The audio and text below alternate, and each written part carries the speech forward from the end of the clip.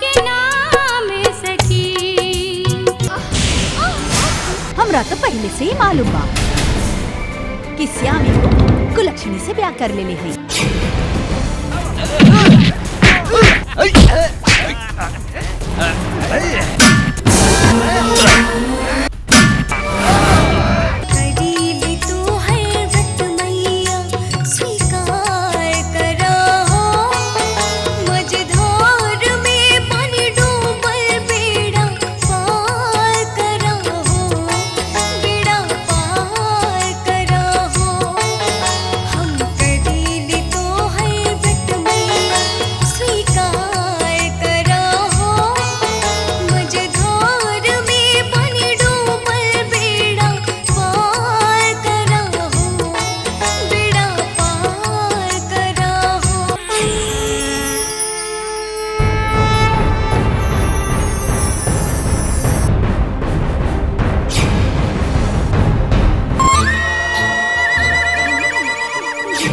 ठीक भाई,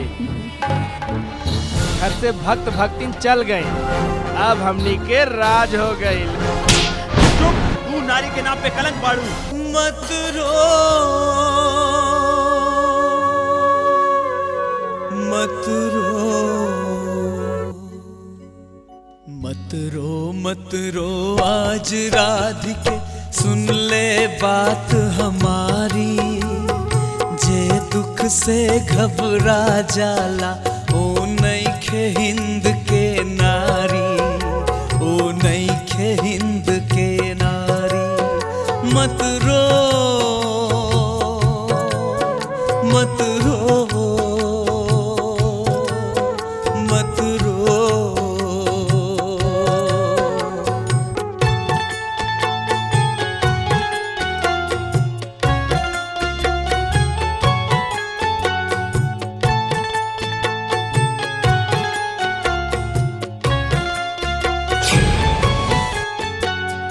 आज गर्दन के हड्डी ना तोड़ देनी तो हमारो नाम बाबा ना।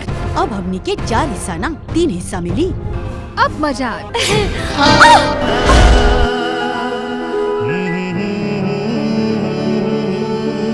अरे रे मोर जान तू हो, अरे रे मोर प्राण तू हो। जियब न होके तोह से दूर हम हो, जियब न होके तोह से दूर हम। वादा बटी साथ न छूटी हो, चाहे जग हमनी से रूठी हो।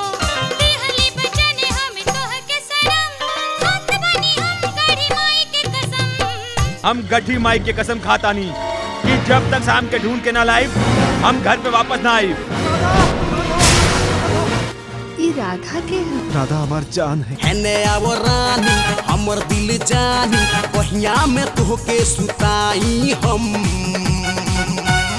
मनवा के बतिया हो जाई है पूरा जब गढ़ी माई दर्शन कराए हम।